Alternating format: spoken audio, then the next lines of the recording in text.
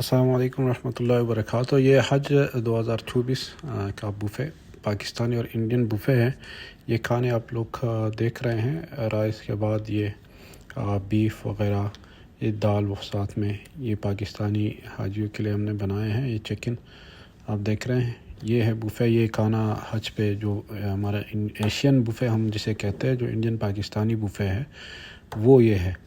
तो ये आपको हम आपके लिए एक सैम्पल वीडियो, मैं डिटेल से वीडियो फिर बनाऊंगा, लेकिन ये जल्दी में एक सैम्पल वीडियो मैं बना देता हूँ।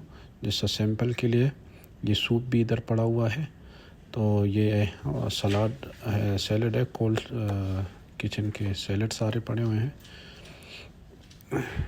ये देखिए आप, हर किस्म के अरबिक सैलड जितने भी है ये सारे पड़े हुए हैं, और स्वीट्स भी हैं। ये स्वीट्स का बुफ़े भी है, और इसके पीछे फ्रूट भी लगा हुआ है। तो ये एक दो किस्म के फ्रूट भी यहाँ पे पड़े रहते हैं। और इसके साथ जो है ना, दूसरी साइड पे आपको टी कॉफ़ी और जूसेस, पानी जो है वो भी यहाँ पे है। ये टी कॉफ़ी, जूसेस है, पानी है, ये वगैरह है।